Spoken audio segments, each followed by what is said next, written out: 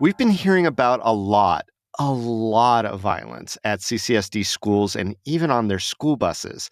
The recent high-profile beating death of Rancho High School student Jonathan Lewis is just the latest event involving school kids that's captured our attention. Today on CityCast Las Vegas, we talk with Nevada Current editor April Corbin Girnus about the growing call for CCSD and the police to do more to keep students safe.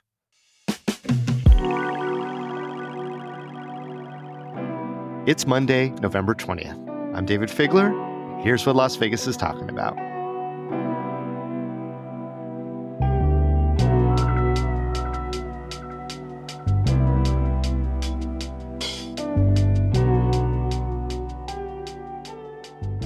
April Corbin Girnus, editor at the Nevada Current. Welcome back to CityCast Las Vegas.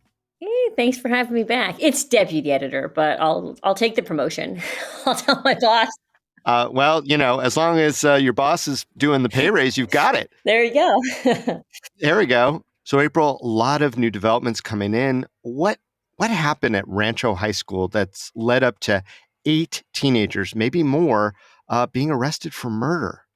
The story goes, or what we know about the incident is that a group of teenagers at Rancho High School, I guess, had some beef or had issues with each other. Seems to be related to like somebody who stole an like headphones or a vape pen or something sort of small like that. And they agreed to fight in an alley near Rancho High School. I guess it's a spot that's known for people going there and fighting.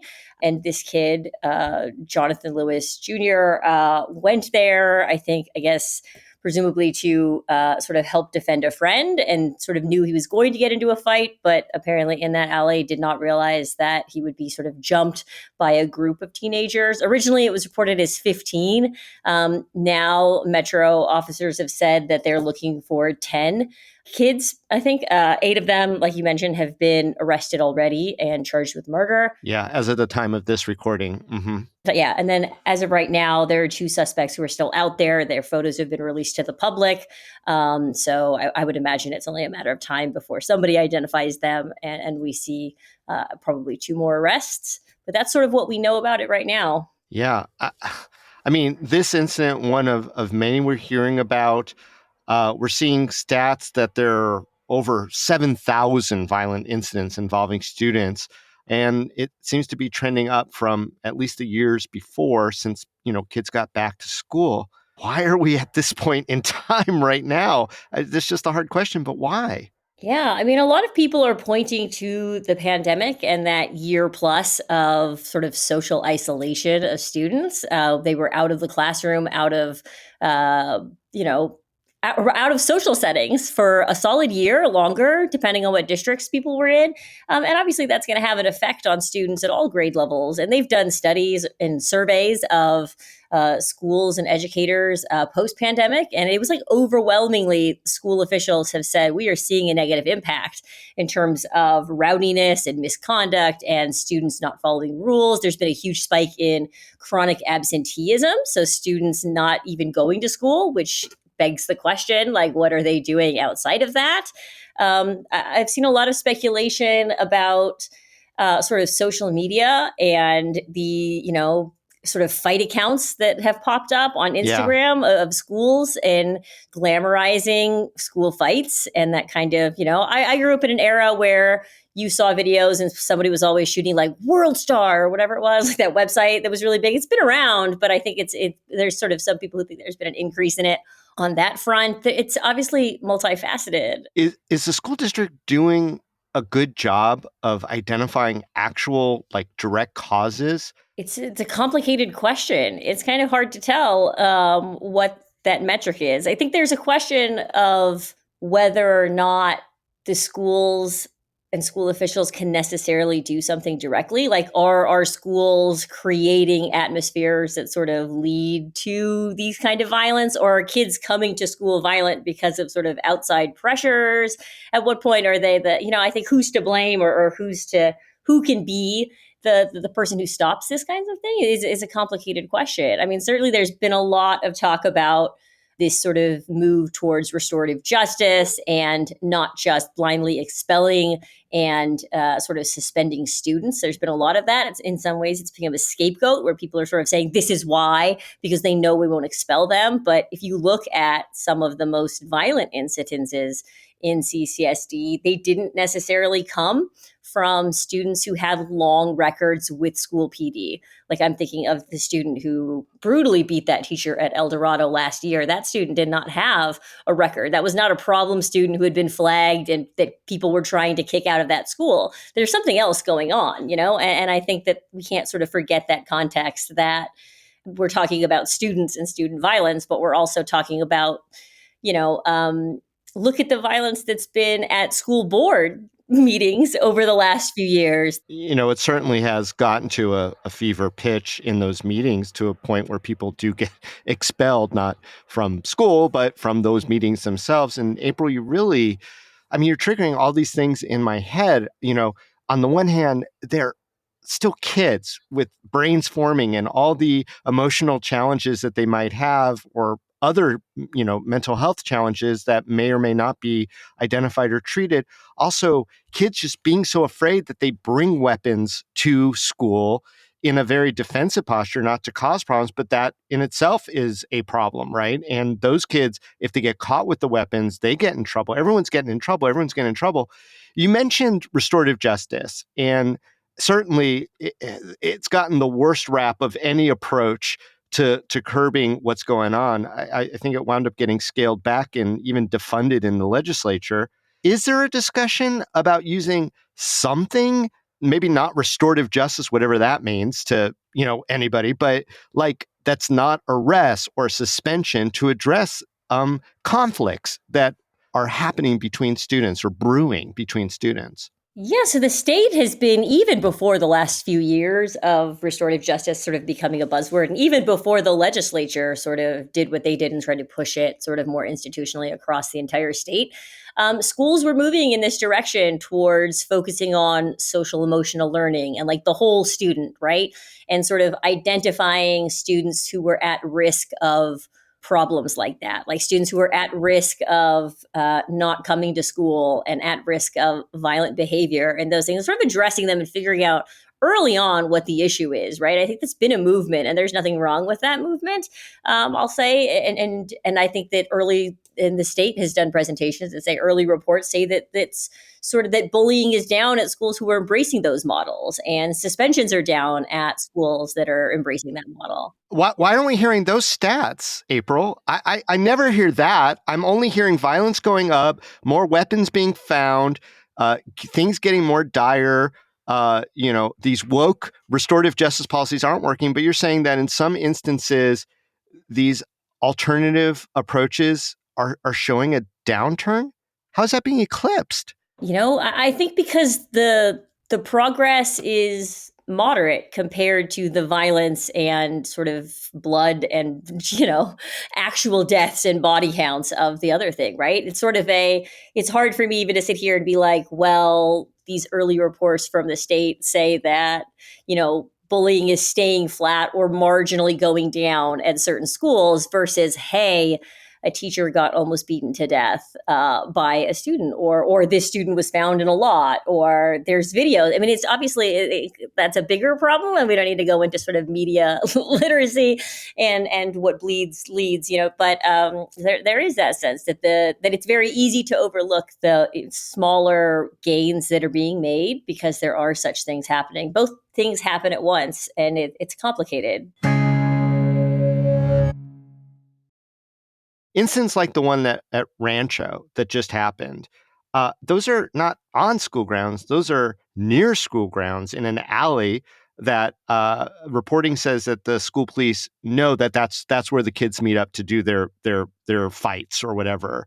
I mean, where does the school's responsibility start and stop? Is this a school violence issue, or is this a societal problem? Yeah, I think that's a good question of who's to blame. I mean, I imagine that those questions are being asked now, and and I will say, having talked to principals and teachers at schools, there is sort of an effort at a lot of high schools, especially, to sort of get students off campus pretty quickly after school. Like I remember that as a teenager, sort of they were when the school started, they're like clear out unless you had a reason to be there, right? Like I think there's this idea that schools are like, we need to get them off campus and go home, and then it's sort of not our problem anymore, you know.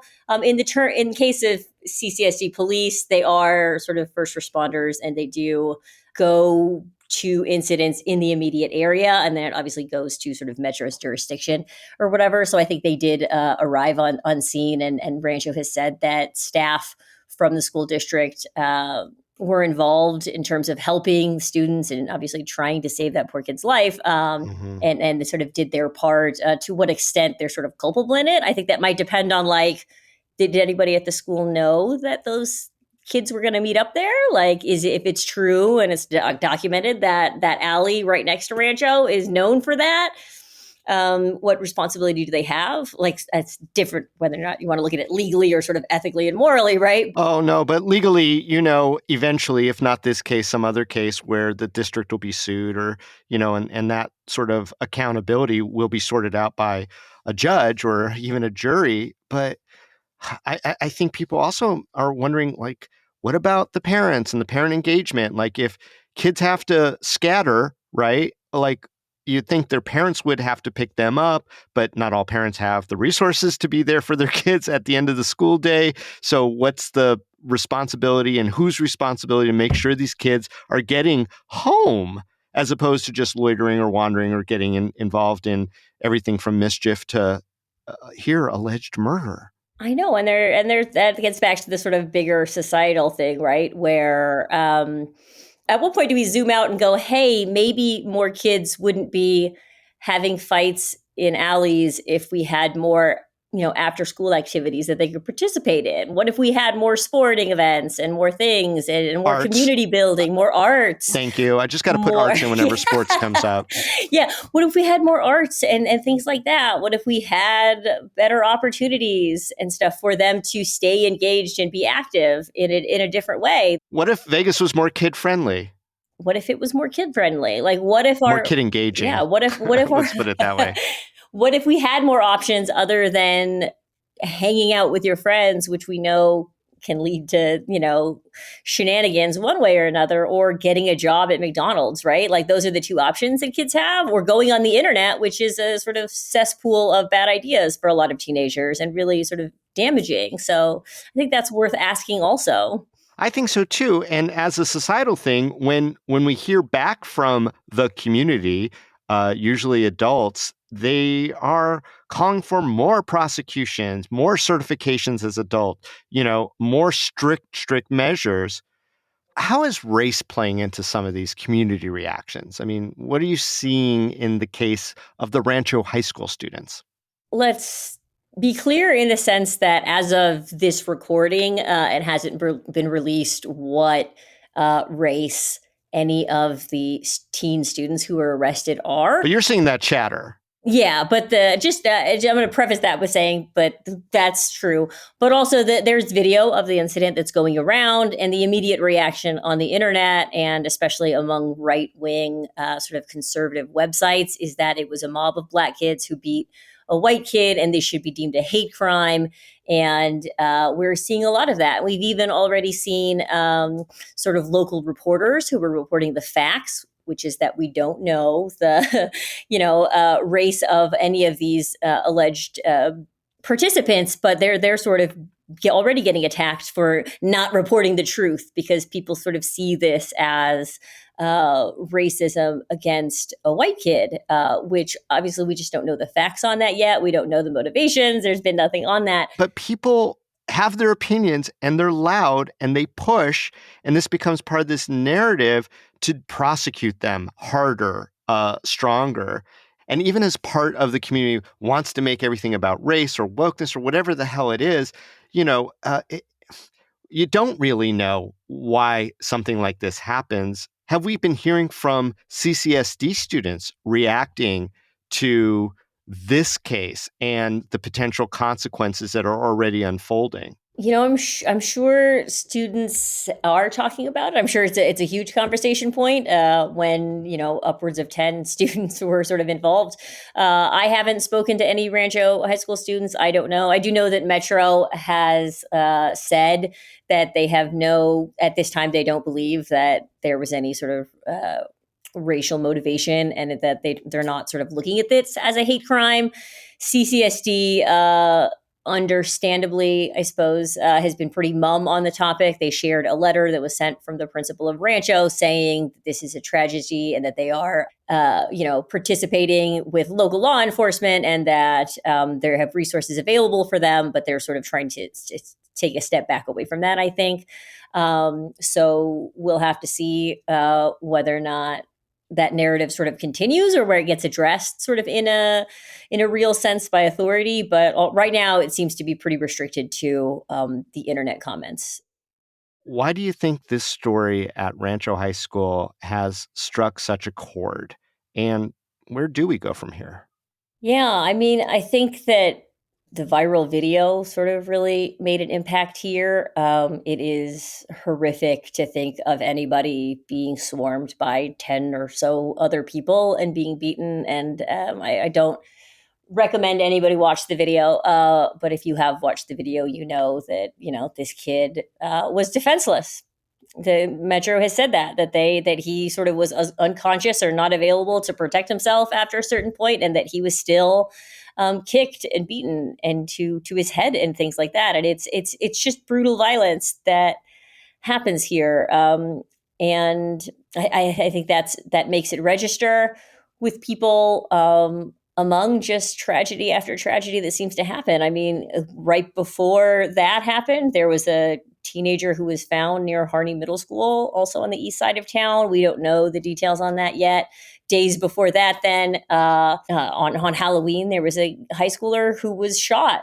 Sort of, and we don't have a lot of details on that either. But it's just one after the other that's making it register and making everybody think about this issue. Are there programs in the schools themselves to deal with it? Like, look, whenever there's a school shooting or something, they bring out the trauma counselors and that sort of thing. But with so much consistent reporting of violence and fear and weapons, are they bringing trained professionals into the schools at all to try to kind of get a sense of like a vibe check of where these kids are and what their needs are while all the stuff is swirling around them? Yeah, I think CCSD has resources that people can go to, right? So they have help center, like call centers that you can go, and they have resources that will help you connect you to mental health professionals and things like that. They've made contracts with companies that can do that thing.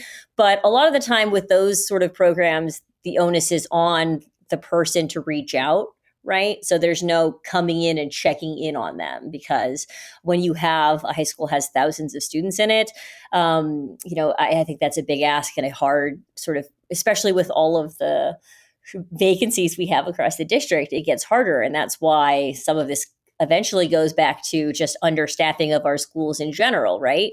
Like if a teacher has a classroom of 20 kids, that teacher might be able to see if one or two of them is acting a little weird because the vibes are off and because they're feeling weird about it, and they might be able to spot that. If that same teacher has 40 kids in the classroom, it's going to be a lot harder for them to sort of spot that and be proactive, right? So right now, I think CCSD has resources available, about people that can call and say, hey, I'm struggling with this, can I find help? But that's a very different thing than being able to recognize it in the flesh, person to person. Yeah, lots and lots to think about, and definitely an issue that doesn't go away. April Corbin Girnus, thank you for coming back and joining us on this important topic here on CityCast Las Vegas. Always, thanks for having me.